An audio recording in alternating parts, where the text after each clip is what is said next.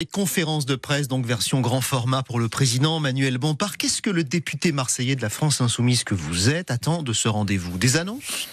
J'attends effectivement que le président de la République précise le cap de son nouveau gouvernement, même si je dois vous dire quand même que je trouve assez surprenant que ce soit le président de la République qui s'exprime avant que le Premier ministre ait prononcé, comme c'est l'habitude, un discours de politique générale. Ouais, mais il paraît que c'est un président qui est obsédé par Marseille. Ça, c'est bien, c'est ce que disait Rachida Dati avant de devenir ministre de la Culture.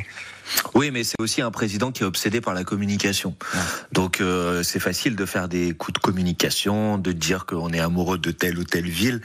Moi, ce que j'attends, c'est qu'ils mettent en place une politique qui apporte enfin des réponses aux problèmes auxquels sont confrontés les Français et les Marseillais en l'occurrence et en particulier. Et par exemple, il a des décisions fortes à prendre. Je vous donne un exemple. Oui. Le prix de l'électricité doit augmenter de 10% au 1er février de l'année 2024. Il a déjà augmenté de plus de 25%. C'est une simple décision gouvernementale. Oui. Si par exemple Emmanuel Macron veut prendre une décision intéressante, qu'il renonce à cette augmentation. Je pense que ça ferait du bien aux Français et aux Marseillais en particulier. Est-ce que vous attendez une décision de lui à propos de sa ministre de l'Éducation nationale que vous avez largement critiquée hier déjà, hein? Écoutez, Madame Moutea Castara a menti. Manifestement. Or, il me semble que quand même, on attend de ministres qu'ils aient une certaine forme de crédibilité dans leurs paroles publiques et qu'ils soient pas pris quelques jours après leur nomination en flagrant délit de mensonge. Donc oui, je pense qu'elle s'est disqualifiée. En l'occurrence, c'est qu'elle n'est plus apte aujourd'hui à occuper la fonction qui est la sienne. Pas simplement parce qu'elle aurait inscrit ses enfants dans l'école privée. Elle a le droit de le faire. C'est pas la première. Elle a le droit de le faire. Ouais. C'est pas le sujet. Mais parce qu'elle a ajouté à cette décision d'abord du mépris pour l'école publique alors qu'elle est censée s'en occuper et faire en sorte que les problèmes de l'école publique trouvent des solutions. Mais surtout parce que l'explication qu'elle a donnée était manifestement fausse. Or, il me semble qu'on a quand même un sujet, c'est de faire en sorte que quand les ministres s'expriment, on puisse avoir confiance en leurs paroles. Mais vous êtes sûr que c'est le sujet? Parce que le plus important, c'est de savoir ce que le gouvernement fait pour changer la situation de l'école publique. Il a augmenté les salaires déjà. Non, il n'a pas augmenté les salaires. Si, il gagne au moins 2000 euros net par mois tous. Non, c'est faux, ça. Non, ce n'est pas vrai. Il a mis en place ce qu'on appelle le pacte qui permet pour certains enseignants, s'ils prennent des missions supplémentaires, de pouvoir avoir en quelque sorte des primes.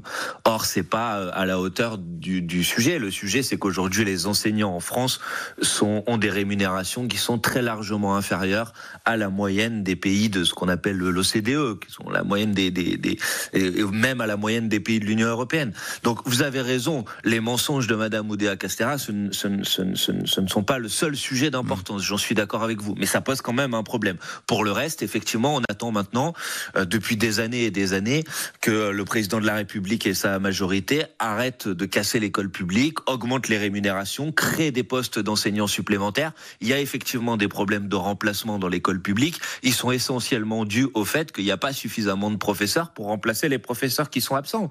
Vous savez qu'à Marseille, par exemple, dans un collège, on cherche 2 professeurs de français, on est obligé maintenant de publier des annonces sur Internet pour essayer de les trouver. Bon, je crois que notre école publique, elle mérite mieux que ça. Et vous avez fait votre scolarité à Bourg-les-Valences, dans le public, hein?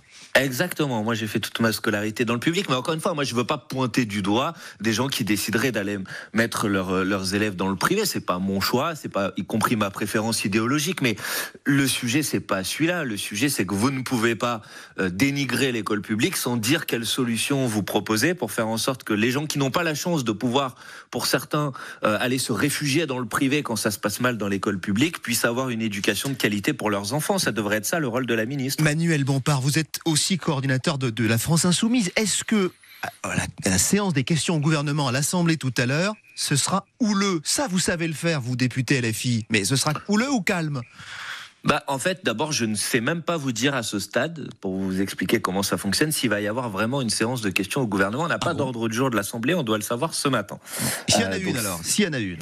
S'il y a effectivement une séance de questions au gouvernement, moi je ne cherche pas à que ce soit houleux, mais il faut que les choses soient dites clairement. Donc bien sûr qu'on parlera franchement comme on a l'habitude de le faire, mais on interrogera surtout le gouvernement sur ce qu'il a l'intention de faire Pour l'école, j'en ai parlé. Pour la santé, le Premier ministre a dit on va débloquer 32 milliards d'euros supplémentaires pour la santé. Puis finalement, il a corrigé, il a dit non, c'est pas 32 milliards d'euros supplémentaires. Or, vous savez que dans notre région, par exemple, on a des grandes difficultés liées à des services d'urgence qui sont fermés ou qui fonctionnent en mode dégradé. J'étais il y a pas très longtemps de ça à Draguignan dans le Var, où il y a les urgences qui maintenant ne fonctionnent plus la nuit. Bon, il faut là aussi débloquer des fonds supplémentaires. Monsieur Attal prétend qu'il veut que le travail paye. J'attends de savoir ce que le gouvernement a l'intention de faire pour augmenter les salaires, pour faire en sorte que quand on ait un travail aujourd'hui, on ne soit pas travailleur pauvre et on puisse faire face à l'augmentation des prix. Voilà, moi ce qui m'intéresse, c'est le fond, c'est quelles sont les propositions sur lesquelles le gouvernement a l'intention de s'engager. On verra si c'est du fond ou de la forme. Merci Manuel Bompard. Merci à vous. Député LFI de Marseille.